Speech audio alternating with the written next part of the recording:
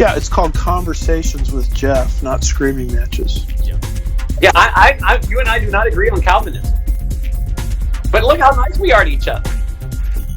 I think it's going to really shock a lot of people, thrill a lot of people. A lot of people are going to have to do some soul searching. It's like, you know what? What are you doing? You're spending all your time trying to destroy another Christian day because you don't understand what's going on, when you should be out there winning people for Jesus. Right. Thank you for the job you're doing. Thanks for being willing to address these kind of issues. They're vital to the church. I feel sorry for what's coming your way, but God bless you, man. It's a good, healthy conversation, and let's keep growing together in the Lord.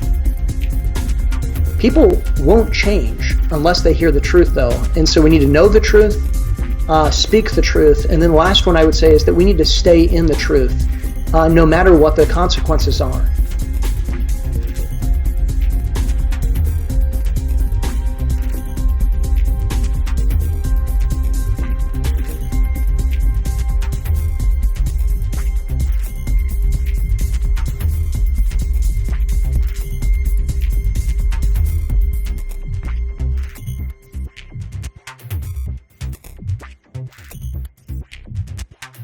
Hey everybody, welcome to today's episode of Conversations with Jeff. It's been a blast doing all these shows, all these podcasts, that sort of thing. Different guests, different topics, different conversations every single time.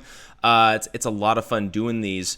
Just want to let you guys know as well, we're doing a round 2 of the Saving America conference coming up this weekend. It's going to be a shortened version of it, but we've got a great lineup of people. We've got Joshua Fierstein again, Jerry Wayne, Pastor Tony Spell, Trevor Loudon, Cal Beisner, Andy Cyrus. We've got a few more people that we're waiting for confirmations on as well. But make sure you guys tune in on the American Conservative Movement's Facebook page, and we'll be streaming starting at about 12:30 p.m. Pacific time on Saturday. So check that out. Mark your calendars. Tune in for that.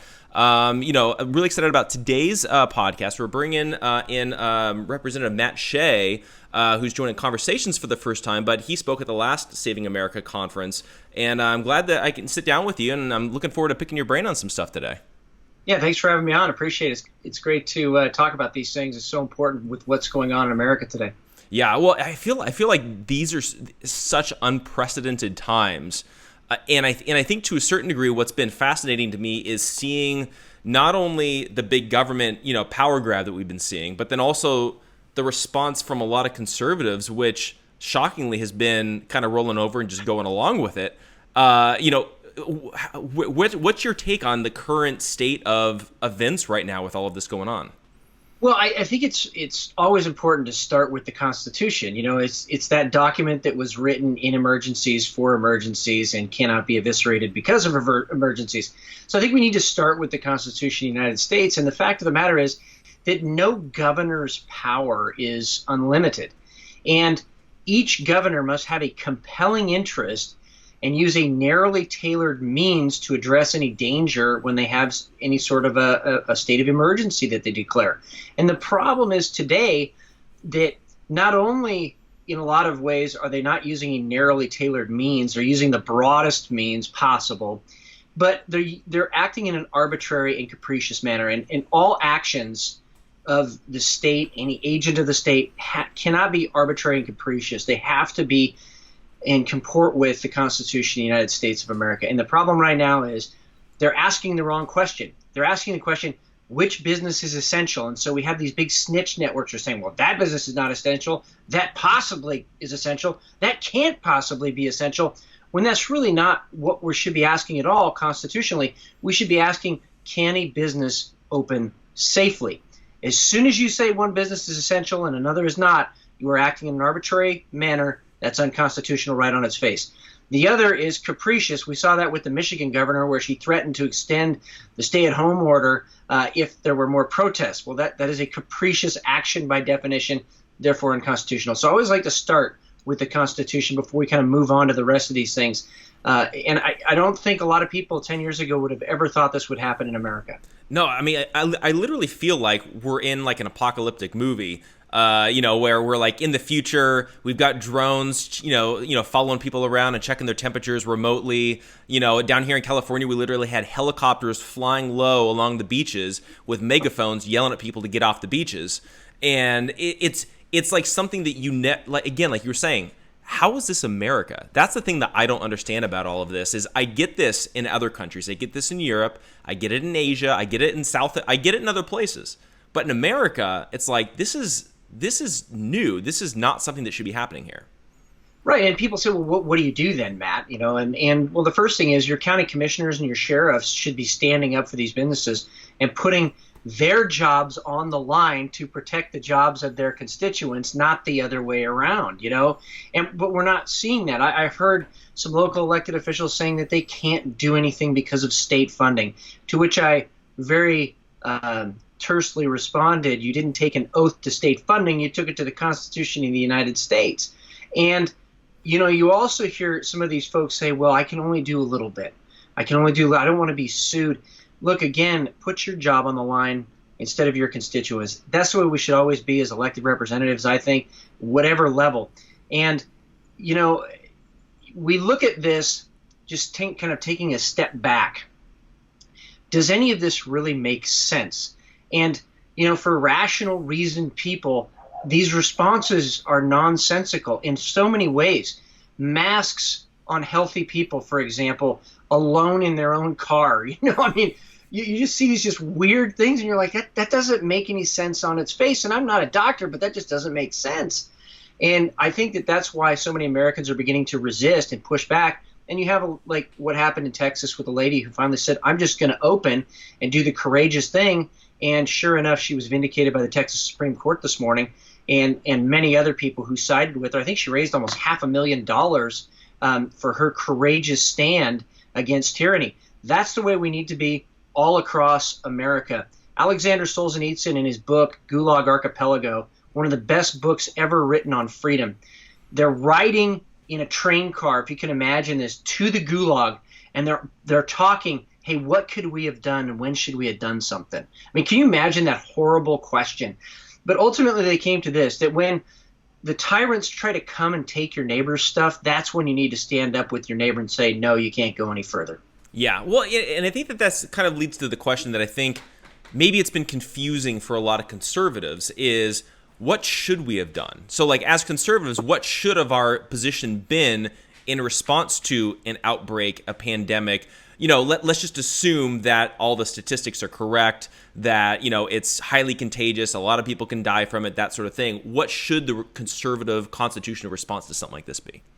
Well, I think, knowing what the circumstances were, that this was indeed a leaked, people are using different terms, engineered, modified, altered, whatever. Okay, potential bioweapon, because it did have a SARS protein in it that allowed human transmission from a Wuhan biolab. Okay, we know that it came from there. We also know that the Chinese use fourth-generation warfare to exploit these types of situations.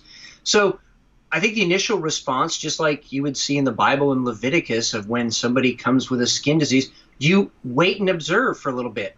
And I think the initial response was good to wait and observe. But after a couple of weeks, it was very clear that this virus was not the high risk to the major population centers that it was claimed to be. It was actually a low risk for the vast majority of people. And at that time, then you readjust and go back to what the Constitution says we should do. But right now what we're seeing, like in Washington State, and I know in California they're talking about the same thing, the governor is extending this effectively all the way through July at the very least. And people are saying, well, wait a minute, my business is going to be destroyed by then. My family is going to be destroyed. All the families that depend on me are going to be destroyed. What do we do now? And clearly this is not the right response at this point. Yeah, well, like out here in California, we've got, Gavin Newsom, where he's got his 4-phase plan to reopen, California. And what's funny is that I've got, a lot of liberal friends. Obviously, it's in California. You can't live without, bumping into a liberal. But, they'll text me and they're like, see, isn't it great? He's reopening California on Friday. And you look at his reopening plan and we're going to open music stores, bookstores, sporting stores, but you can't go inside. You can only do curbside pickup. And I'm like, is that really a step in the right direction? Like, who really is going to be like, okay, I need to go to the toy store and pick up something at the curb? Yeah, exactly. In the Army, I actually studied NBC, nuclear, biological, and chemical warfare, and have studied it for the better part of my adult life. And you see the lack of understanding of how viruses are actually transmitted, when you see some of these just nonsensical things, you're still having contact with people. And then you watch people that are wearing gloves, touching everything, and then they touch their face with the glove. Well, the glove didn't do anything, right? It's just another vector of transmission. So you see these kind of ridiculous things, and it just raises the question, is this the right approach? Obviously it's not. The right approach is not a fancy plan, not another task force, not a bunch of a blue ribbon panel, a bunch of elite experts. Just get out of the way of the American people, unshackle the entrepreneurial spirit, and get us back to work. If we just get out of the way, government that is, we will see America ignite again, and in just a few months, we will be back to where we should have been here a month ago. Yeah, well, and the scary thing for me is, again, like I know here in California, there's been a few other states where they've been mentioning this, is that, like here, we're in shelter-in-place orders until there's a vaccine, and not only just a vaccine, and we have immunity, which could go on months, if not years, after we even get a vaccine before we get to that point. So we're talking his plan, Gavin Newsom's plan, is literally shelter in place until we have herd immunity. And it's just like, constitutionally, does he even have the authority to go down that route?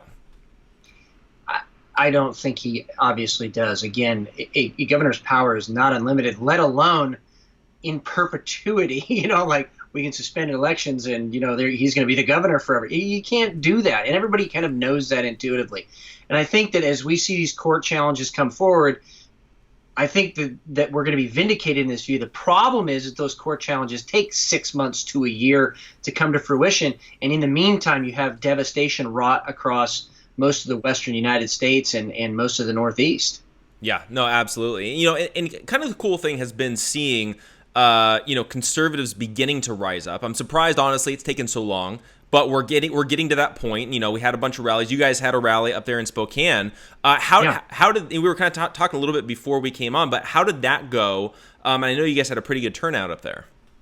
We did. We had about 2,000 people that showed up, although the mainstream media tried to say 300, but we had video of the entire thing, and then it was kind of, they were walking back after that. But the fact of the matter is we had 2,000 people show up. We had people from the Vietnamese community and the Slavic community and the Black community and the Hispanic community and business owners and pastors. I mean, it was a broad swath of just regular Americans who said enough is enough. We want to go back to work.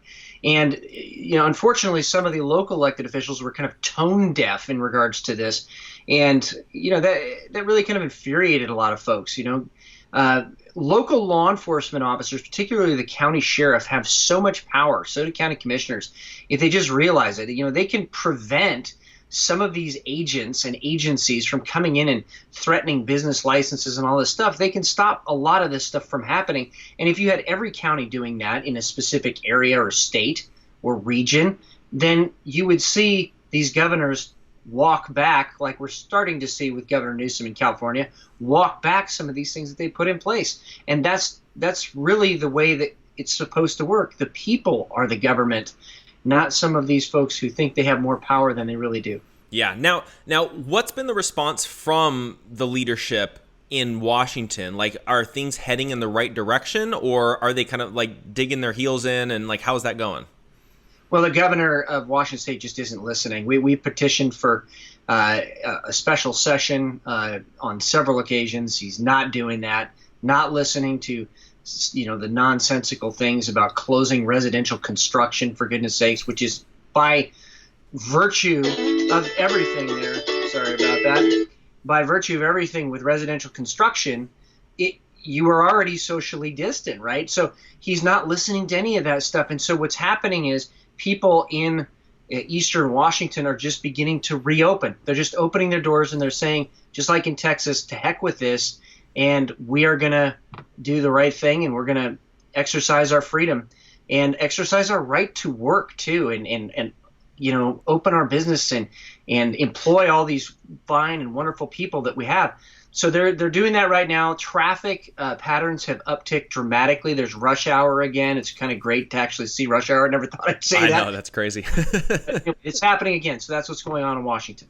Okay. Now what should, or what can be the repercussions for these governors that are essentially acting as emperors and dictators and kings and things like that? Like, how do we as conservatives combat that? Because I feel like we're kind of have our hands tied behind their back because they're not listening to us. How do we move forward with this? Well, again, I think I would call it civil obedience. A lot of people say civil disobedience. Is civil obedience. We're obeying the Constitution. They're not. So if we're ignoring them and non-compliance is occurring, and people are just opening back up like happened in Texas, you're going to see a reaction initially from them, but ultimately they don't have the power. And the Attorney General of the United States has actually said, I'm going to weigh in some of these states where they're trying to prevent religious services. In Washington State, for example, governor just came out and effectively banned communion together. You know, he's banning a sacrament. And if you go all the way back to Thomas Jefferson and the Danbury Baptists, Thomas Jefferson said there's a separation of church and state, and it's not what you see in the modern mainstream media. It was a separation in that government couldn't dictate how churches could hold services. And now here exactly is what is happening in Washington State. So I think the Attorney General of the United States is starting to weigh in, and I think that that's going to precipitate some quicker timelines than we initially thought. Yeah. I saw some guidelines for when we can open up churches. I believe it was out here in California, and and that's still not even going to be for probably another 3 months, 6 months, something like that, which is nuts. But some of the guidelines that they were putting out was obviously no communion, which again, where does the government think that they have the right to tell us how to worship? And that's a whole other thing, right? But then one of the things that they were saying was, don't sing. And and I think a lot of it is they're saying that you're projecting out, and there's your saliva or whatever it is going out into the air, and I'm just like, seriously, you can't sing in church? Like, this is where we are now. Look, Jeff, the bottom line is we should just all be taking vitamins, keeping our immune system up, and washing our hands. We should be doing that anyway. That is the greatest thing that we could do right now. All of this other stuff that is being put out there really is a contrivance, and just like you said, that doesn't really make any sense at all. And particularly when you're talking about communion, where you have individualized cups that are poured individually. Somebody can wear gloves when they're pouring it. You can have individualized wafers. Some come together in a little kit. It doesn't make any sense at all unless there is a hidden agenda behind it to start to get people used to some of these controls and some of these restrictions and some of this lack of freedom. And we have to resist that with every fiber of our being. Yeah, which I think kind of leads us into the conversation of, number one, how do we get out of this? But then where do we go from here as conservatives moving forward, coming out of essentially this humongous power grab? And how do we make sure that we actually get our constitutional rights back? Well, first, I think we need to realize, what's happening in the world, and that means we need to understand China. China is not our friend, and I think that this is an important point to start with. General Qi's secret speech, it was actually Qi Huatian. He was a general in the Chinese army, and you had the anti-communists smuggle this speech out of China. And in this speech, if you read it, it's very short, but if you read it, it's got some pretty scary stuff in there about what they think about the United States. And they very clearly say the United States is a target. And they say they should use a bioweapon against the United States. And then in a later document called Unrestricted Warfare that was published by 2 Chinese colonels, they talk about the fact that there should be an EMP potentially used against the United States of America. So we kind of know what our enemies are saying, and I would want to take them at their word. I mean, these aren't low-level, military functionaries. These are high-level generals. These are planners. These are strategic planners, particularly. So let's take them at their word. Okay, so if that's the case, and we can recognize what some of the dangers are, and we can reopen America, because otherwise we're playing into the communist Chinese narrative of closing our country, making America weak, devastating our economy, or economic warfare, if you will. And we can mitigate against all of those things and then actually go after the threats that they're actually talking about and that they're planning for. For example, hardening our grid, as Donald Trump put something out the other day, an executive order in regards to our grid here in America. And we can also take precautions against specific bioweapons that might be used against the American people.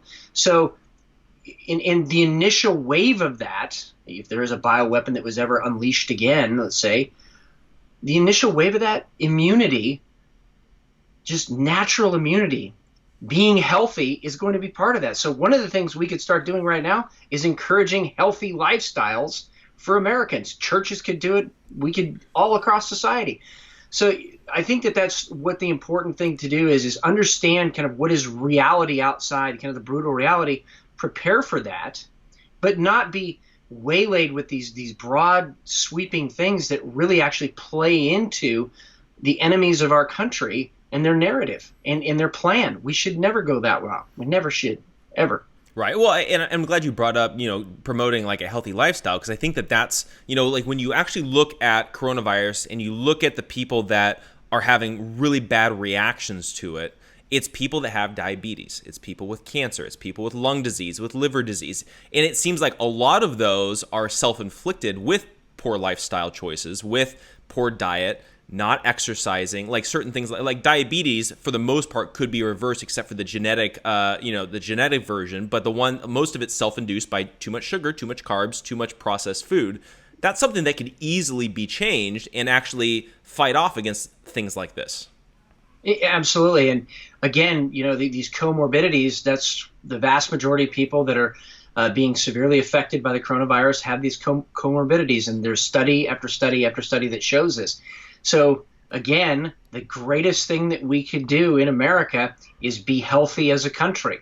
In fact, that's a geostrategic issue now. It really is.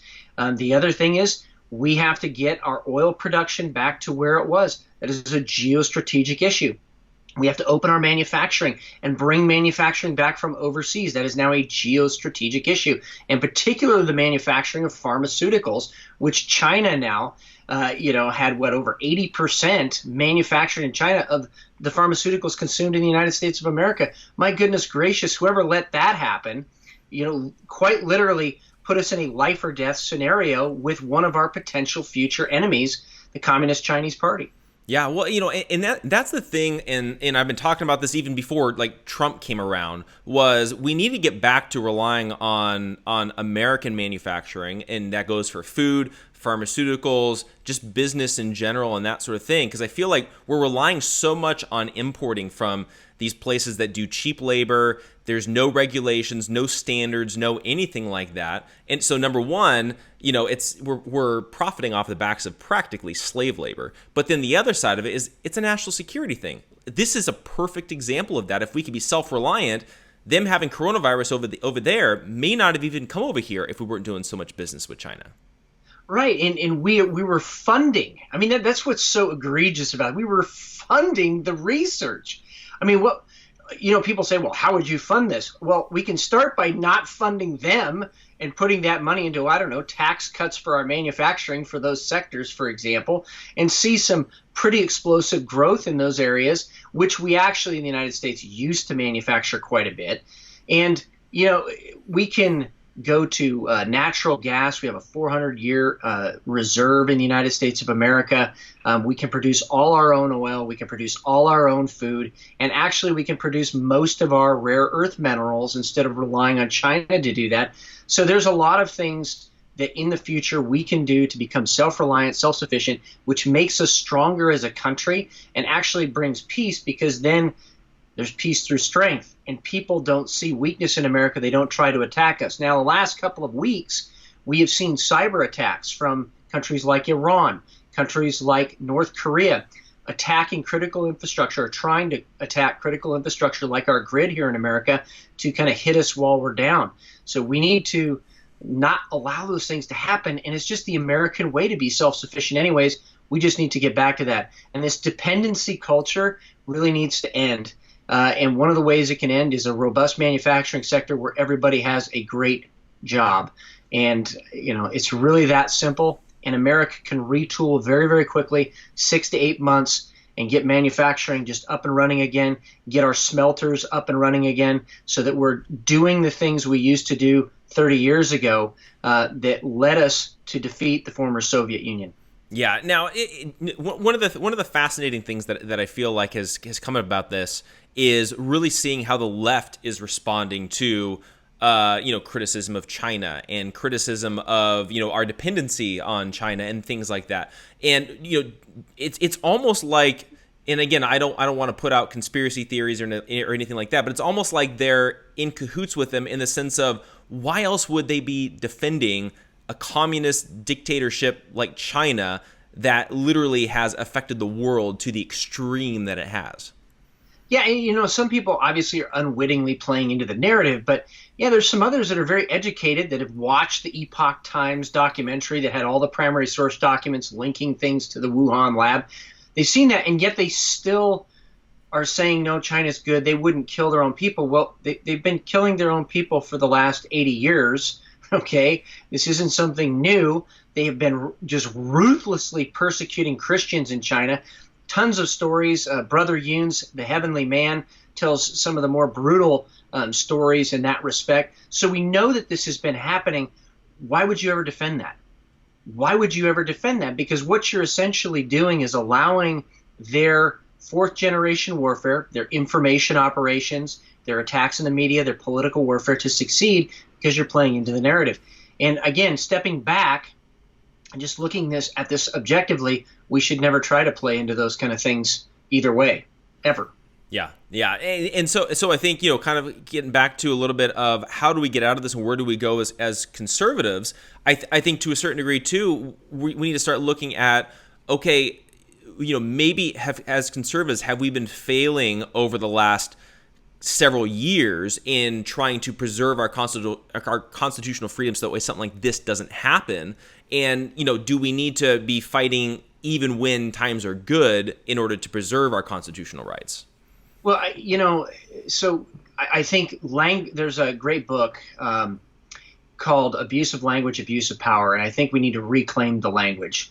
So, for example, we have unalienable rights. They exist outside of government. They're protected by our Constitution. So, constitutionally protected rights, for example. We have these things that we need to reclaim the language on, I think, first, and it's an education thing always first. The second part of this is we need great leaders, not just in politics, because a lot of people, they view politics as kind of this dirty thing. Well, it's dirty because you don't have people of light in there that are shining light where the cockroaches are and getting that stuff out of there. We need great leaders in politics. And for Christians that are watching right now, it is just another mission field. So people that try to poo-poo it, it's just another mission field. So let's treat it like another mission field. We also need great leaders in the church. There's a need for reformation and transformation in the church. There has been a lack of principled leadership for a very, very long time, calling things out, laying things on the line.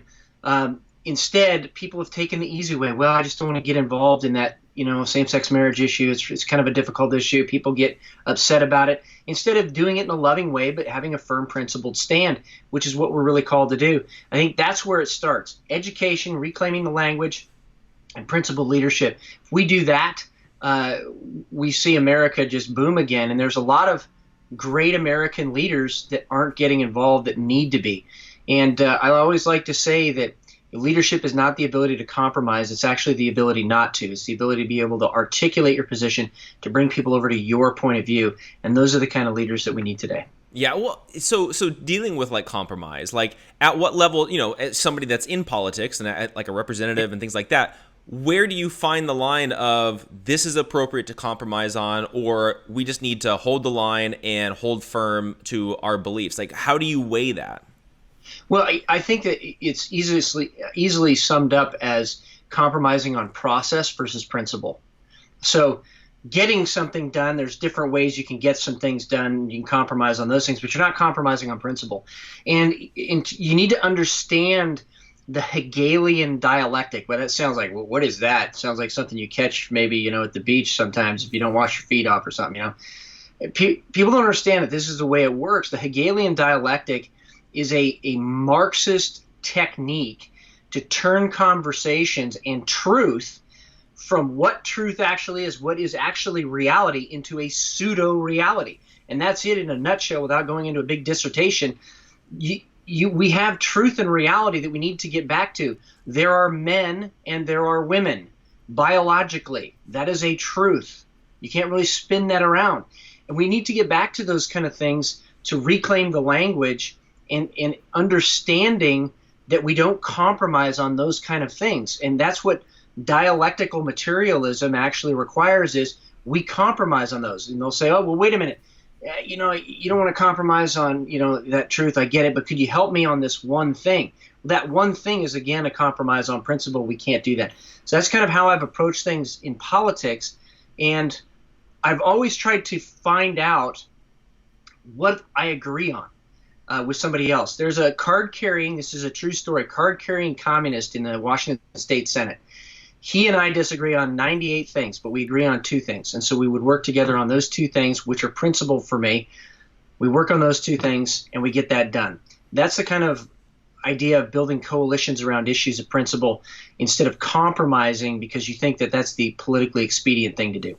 Right, and that makes perfect sense. I think, you know, like dealing with kind of this progress of to a certain degree, it's almost brainwashing, like what you were talking about is, you know, like I always look at, you know, like the cults, right? Whether it's, you know, Mormonism or Scientology or whatever it is. And they always do things in incremental steps, right? And they get you to accept something that's very simple, that's slightly off. And then once you accept that as true, then they move on to the next thing. And that's really something that we've been seeing, you know, with the left and the Marxists infiltrating into our country. Is they started with very basic, you know, simple things that were just slightly off, and then they just kept building on that and building on that. And I feel like now we're finally at that top level where it's like, how did we get to this point to where we literally think there's 73 genders and the world's going to implode in 12 years unless we fix global warming? But it was incremental over the last several decades leading up to this point. And it's just for whatever reason, I feel like conservatives have been kind of caught off guard with it. And if you understand the Hegelian dialectic, you can understand what's called classical synthesis, or the idea that there is truth that's written into creation and truth that's revealed by the Lord through his word. And you can stand on those things and start to ask some questions. For example, why was Greenland called Greenland? And were there ever farms on Greenland? And when was that? And was that before the age of industry? And you can start asking some questions that really reveal the fallacies that we're facing. For example, we just were talking about essential and non-essential businesses. I reject that underlying premise that one business is essential and another one is not. I reject that wholeheartedly, out of hand, because once you go down that road, then essential businesses should maybe be more closely managed because they're essential, right? And if something happens to them, your safety could be in jeopardy. I just reject that entire premise out of hand, and we need to recognize these subtle things that are happening to us. Masks mean safety, right? If you're wearing a mask, you must be safe. Unless you're going on a jog or you're in a car by yourself or you have an underlying health condition. You just have to start asking some of your friends questions, and that's what I would, everybody watching, start asking them questions grounded on the truths that you know are actual objective reality. And once you start doing that, you see some pretty interesting things happen. Some lights go on.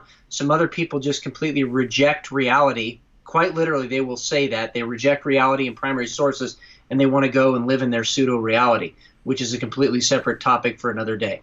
Yeah, well, and I think even going along with that to a certain degree, there's for so long we've had this issue of having subjective truth, and everybody can have their own version of the truth. And now we've literally gotten to the point to where it's all rooted in feeling, it's all rooted in whatever you think is right, as opposed to being rooted in something like Scripture, as opposed to being rooted in something like the Constitution. It's like people have forgotten that there is a source for truth, and that we all have to have this common idea of, okay, the Constitution is our source of truth in the sense of it's our ultimate law. We need to be able to agree on that, and I feel like we can't even agree on that right now. It's like all of a sudden it gets thrown out the window by many on the left and even many on the right now too. And so how do we get back to this? There is something like objective truth. Again, I think it's asking questions, and we just have to preach the truth in love. We have to preach the truth. We have to call out fallacies like obedience to God's word is not hate, okay? But it's being portrayed as hate on a lot of TV networks and a lot of shows, kind of subtly in the media. I think one of the greatest things we can do is turn our televisions off, put our smartphones down at night, and actually read some of the classics Oh my goodness, that sounds boring, right? Well, if we want to reclaim Western civilization, we need to do this. And if we don't, truth will just get farther and farther and farther away from us. One of the things that's interesting too is I had a 40-hour class that I went through on theology and talking about absolute truth and different religions in the world and everything. And at the end of it, the professor teaching this said one line, and I will never, ever forget it. He said, "Do you want to know what the answer to everything is? The existence of truth proves the existence of God." And then he walked away. It's just kind of one of those things where you're just, why didn't you tell us that at the beginning, right? The fact that there is truth, that I can say that a flag is blue, a flag is red, a flag is white, that I can say that is reality, that there's a truth there, that has profound implications for everything else. And I think we have to start every single conversation when we get into these attempts at dialectical manipulation, that we have to stop and we have to ground it back in truth. When somebody says, well, there is no absolute truth. Well, that's an absolute truth, right? You can't have it both ways, can you? How do you know that that's, true what you just said, I think we need to do that and have this intellectual discussion, because the thing is that pseudo-reality breaks down very, very quickly, but it takes a little bit of work. And for too long, we've wanted to play it safe and not have difficult conversations in America, and we need to get back to that. No, absolutely. And I think as conservatives, one of the struggles that I think that we have oftentimes is that the left is often portrayed in the mainstream media and by themselves as well as being the loving, caring one because they give you all the free stuff. And then the right is considered the mean, stingy, billionaire laden, side of politics where we don't want to share with anybody, right? And how do we combat that as conservatives when we are talking about personal responsibility, no welfare, not passing, not giving out free things, all that kind of stuff, but at the same time, it's like it's still the right thing to do. How do we convey that to the masses?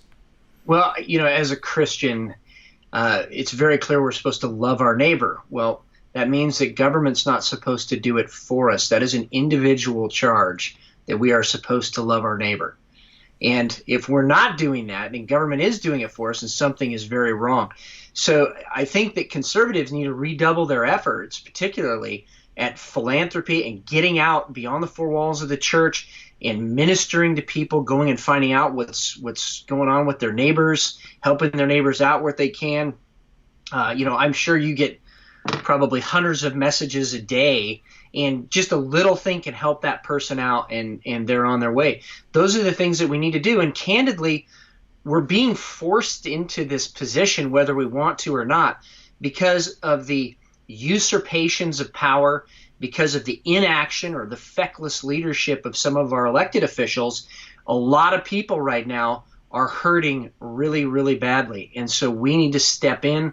We need to love them. We need to find out what their problems are. We need to help them, maybe even try to find employment, or maybe in a later time give them employment if we have our own house in order, and really help them out that way. That's what true loving your neighbor is. It's not having government give you free stuff. It's actually helping us fulfill our role as we're called in Jesus Christ and his kingdom as Christians. And as Americans, everybody has a dream. Everybody wants happiness and a role. Then it's fulfilling your role in achieving your dream.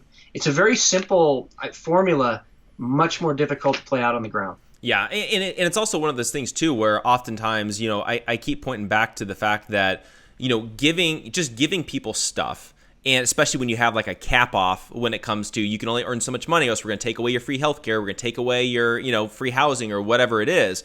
It's you're incentivizing people to stay poor and to stay in the lower class and that sort of thing. And I think if we as conservatives can really get back to really pushing the American dream, and hey, you can make something of yourself. You could start a business. You don't always need a multi-million-dollar investment to start a business. You could start something small, just support yourself. You don't have to start a multinational corporation to be considered a successful business person. Yeah, you don't. And right now we've kind of lost the mooring of the idea that, and I want to be really clear, I don't think people should pursue, happiness as a purpose. They should pursue what their purpose is. And as a Christian, I believe you find that in God. I believe you find that in Jesus Christ. And we need to be very clear about that everybody does have a purpose, and you can help fulfill that purpose. And just like in 1643 in the Articles of Confederation of the United Colonies, the first document uniting all the colonies together, the first line, it talked about their purpose being to expand the kingdom of Jesus Christ and to enjoy the liberties of the gospel in purity with peace. That is a great statement for kind of a goal for a community once everybody's fulfilling their purposes. It's fantastic if we can grasp that vision again. And I think for a lot of people, they've lost that vision.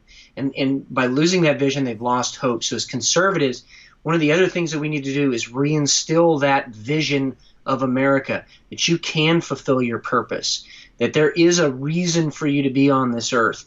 And that as part of doing that, communities get better when people's purposes and their lives are fulfilled. I think we need to reinstill that vision and watch the lights come on in America right now as people are looking around at each other saying, what just happened to us?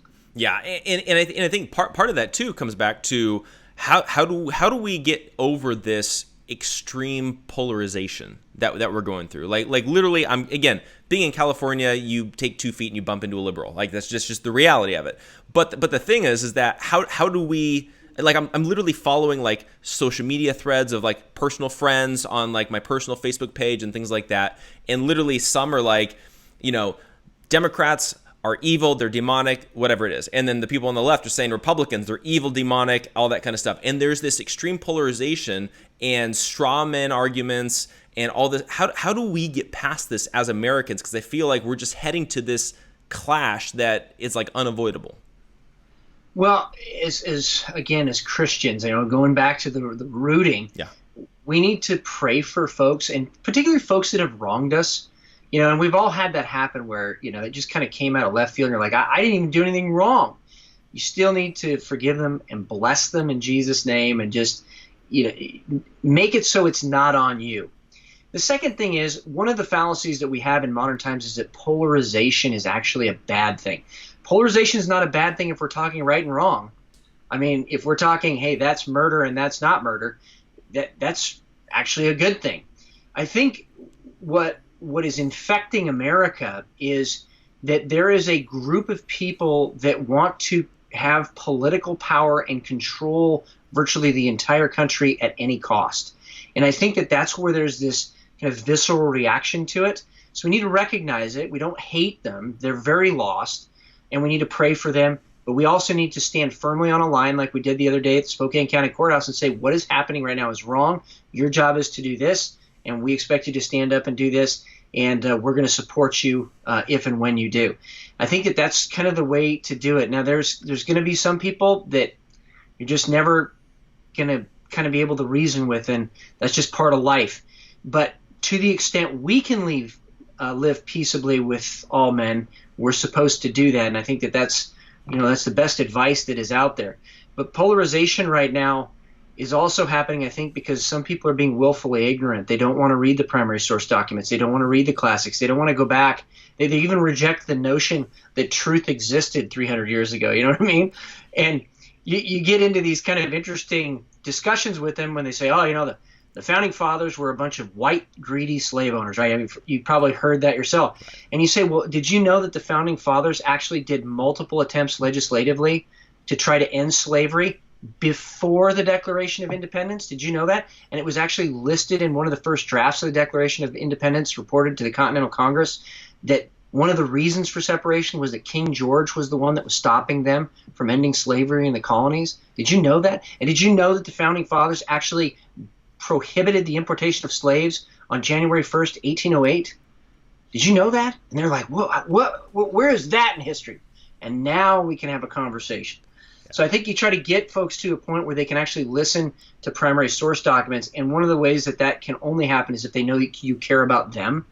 And so you have to say it in a way that they know that you care about them, not that you're just trying to browbeat them and win the argument. Yeah, no, I totally agree. And I think that one of the other things, too, that, we really need to do is we really, like you were saying, we really need to get back to actually studying all this stuff for ourselves. Because I mean, most conservatives wouldn't even know that, though the history of all this kind of stuff as well. We just know the talking points that we hear, the headlines, the things that we hear in the mainstream media or that we got in public school. Luckily, I was homeschooled, but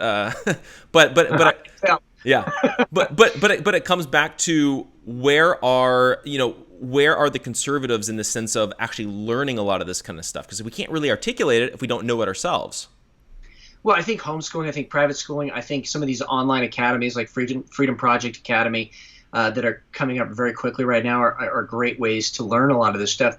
And then, also read or listen to these types of podcasts where you can start, wait, what? 1808, January 1st? I'm going to go look that up. Great. That's a great start. Going and looking up the Congressional Report 1853 and the Senate Report of 1853 and 1854, where after a lengthy investigation, because Marxism was kind of infiltrating America at that time, they asked the question, are we really a Christian nation? And there was a congressional investigation that concluded we are a Christian nation, that we were founded on Judeo-Christian principles.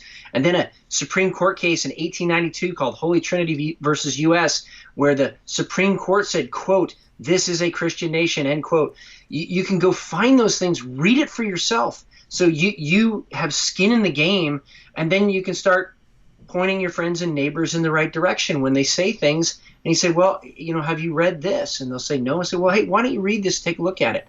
And it's not confrontational. It's more educational. And that attitude, I think, is a lot better received. Yeah. And I think, for me, one of the things that, obviously my podcast is called Conversations with Jeff, but I think for me, like, one of the things that we can do more of is actually just converse with people and just talk with people and talk through things. Because I feel like for so long, especially as conservatives, we're scared to have the conversation. The liberals and the leftists, they're willing to have the conversations and then just, ram everything down your throat and then tell you that you're racist or bigoted or whatever it is if you disagree with them. But I think if we can actually start engaging in a positive, rational way, maybe we could slowly start making some of those inroads with friends and family where maybe they disagree with us or they're not educated or they don't know some of this stuff.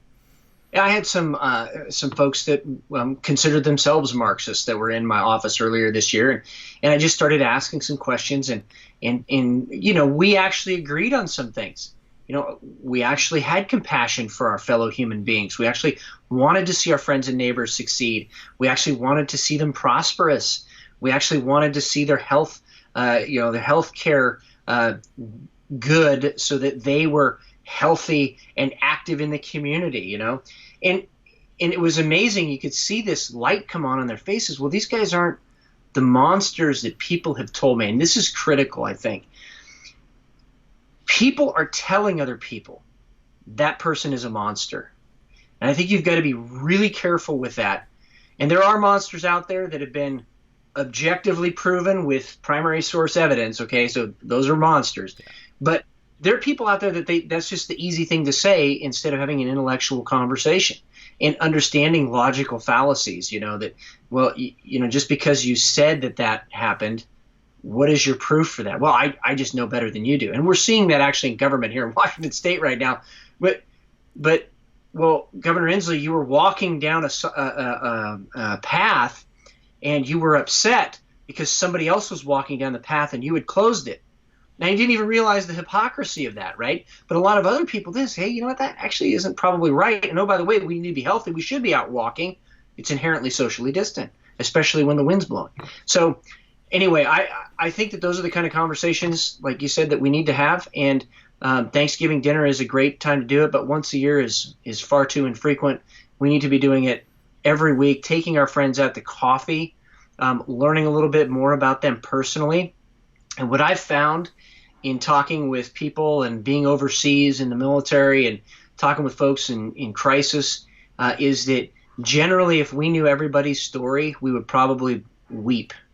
We would probably weep, and we would probably just be absolutely humbled at all of the things that they had to deal with and go through. And if we can kind of recognize that in every human being, we can actually find a source to start from, a common platform to start from, because suffering and misery, every single person has experienced, and people have experienced trauma in their lives. And so there's a vulnerability there that is a great starting place of I care for you. I actually care for you about that.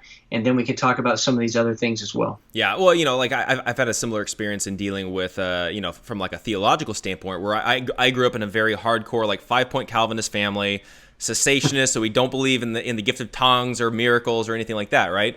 And it was always, those charismatics over there are crazy. They're the monsters. They're the false teachers. They're the heretics. They're all going to hell, right? That was literally like basically my childhood, right?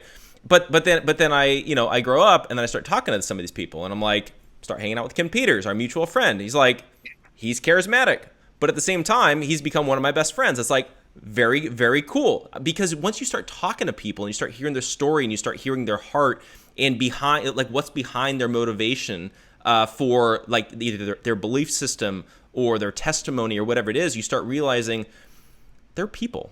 Like maybe we disagree on something and we can debate it, we can discuss it, but at the same time, they're still people. And I've had a similar experience in, because I used to work in like Hollywood and around the entertainment industry and things like that. Spoken with celebrities.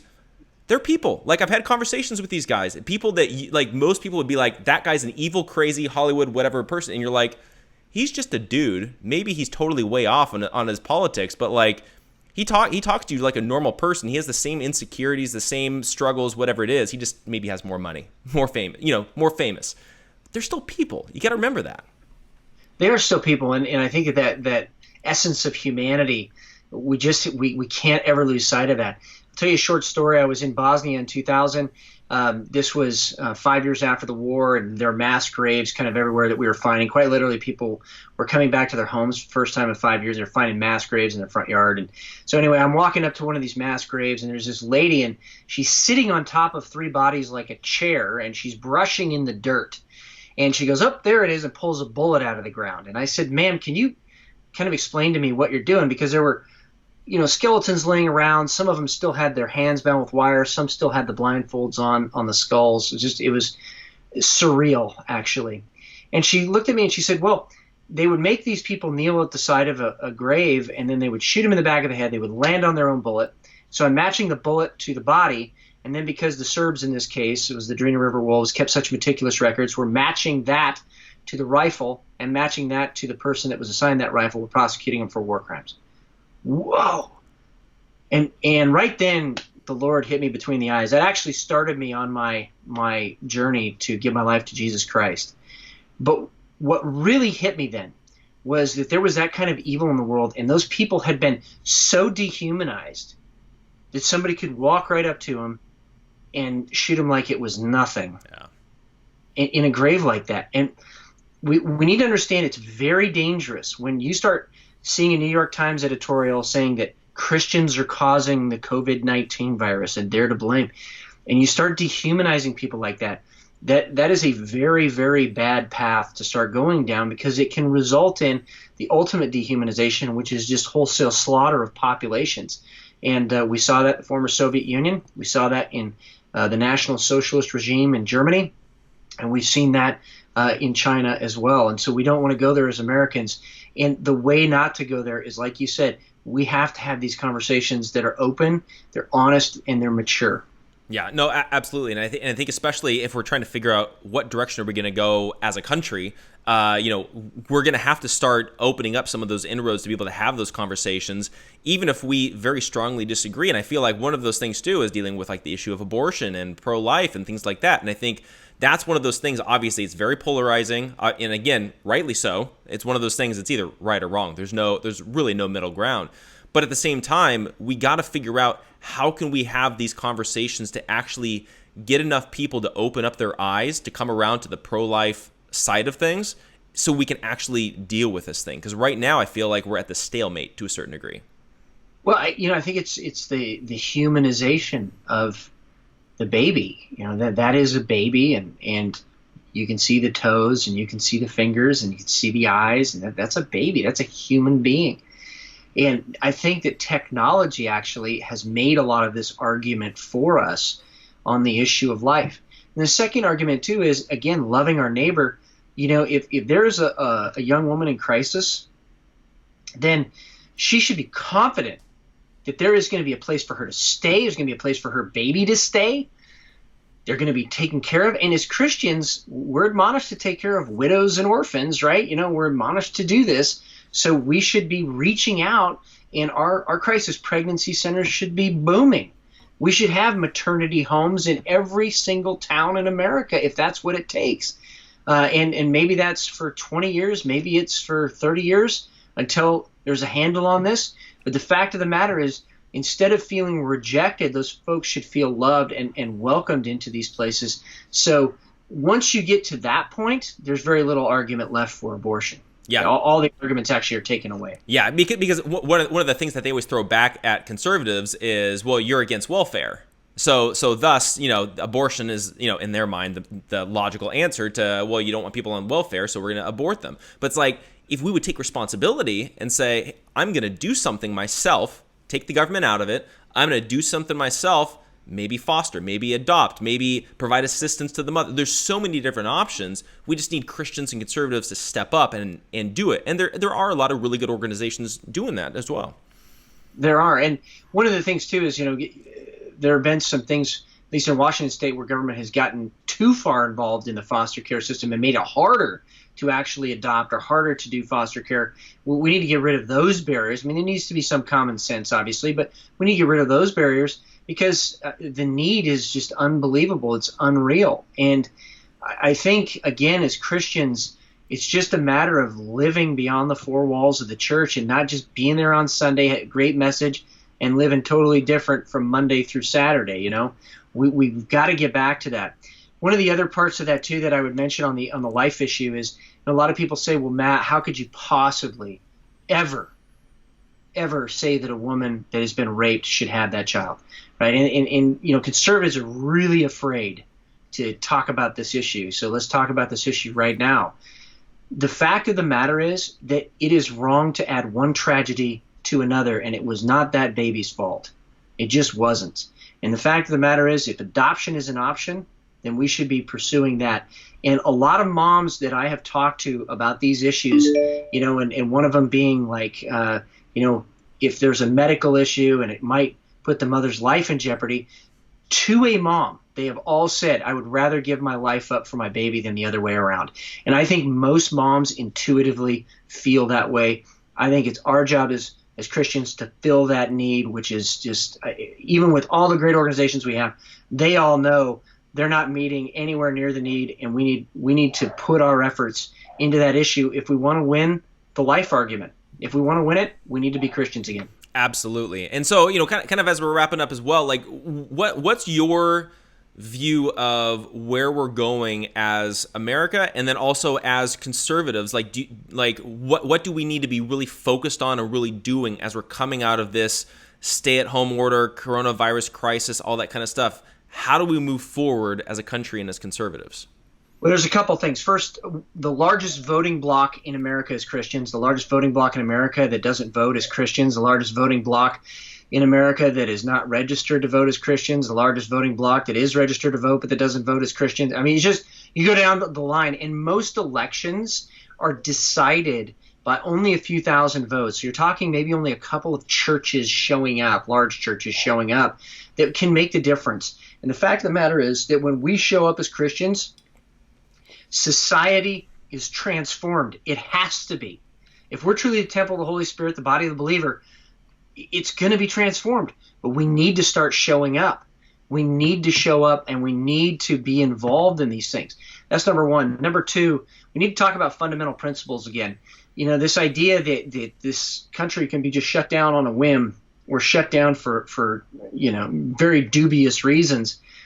We need to put folks in that understand the Constitution, that understand our history, that are well-read into elected office instead of folks that maybe haven't read or they don't want to read. I think that's one of the other big things. I think the third thing is, as churches, we need to start being ministers again, expanding the kingdom outside the four walls and being in our communities and at our malls and in the places nobody else wants to go. It's interesting. There was a plague before. There was a bubonic plague, and it was Christians that were out ministering, hospitaliers, that were ministering to people. It's where the word hospital comes from, even though nobody else wanted to touch these folks. So we've got to be willing to trust God and go into places that some folks don't want to go into. And that really, I mean, people are like, why are you doing this for me? That's true love. So that is what I would advocate. Those three things, there's a ton more, but we have to be well read and we have to know what we believe. And so if you're listening right now, you're watching right now, read the Bible cover to cover, read the Constitution, and even the hard part in the list of kings and begot so-and-so, read all that stuff. There's a reason it's there. Read the Constitution cover to cover, read your state Constitution cover to cover, because we can't really even have a conversation unless we know what we believe. Absolutely, absolutely. So if people want to, keep up on you, how things are going with you, your in campaigns, and what you're talking about and all that kind of stuff, what's the best way for them to do that? They can go to voteshea.com. They can also check me out on Facebook. I've got my personal Facebook page has a lot of material on it and a lot of links to some of the stuff that we've talked about. So it's a great way to do it. And I'm going to be traveling again over the summer, God willing that we're opened up. We'll be traveling around. I travel around quite frequently and give presentations all over about kind of what the threats are we're facing, and also that freedom is the cure. Now, I want to say that again. Freedom is the cure. It always has been and always will be. Absolutely. So, but yeah, I really appreciate you coming on. I really enjoyed our conversation and that sort of thing. Again, these kinds of issues are things that I think we really need to keep talking about as Americans and as Christians coming out of this to make sure that this doesn't happen again. Like, we need to make sure this does not happen again. It can't happen again in our lifetime. Jeff, thanks so much for having me on. I appreciate it. Of course, thank you. And then for everybody else as well, we're actually going to be back here tomorrow for another episode of Conversations with Jeff with Dr. Bobby Lopez. We're going to have a fascinating conversation. He was great when we had him on last time, so definitely tune in for that. We'll be back tomorrow for another episode. Thanks so much for tuning in.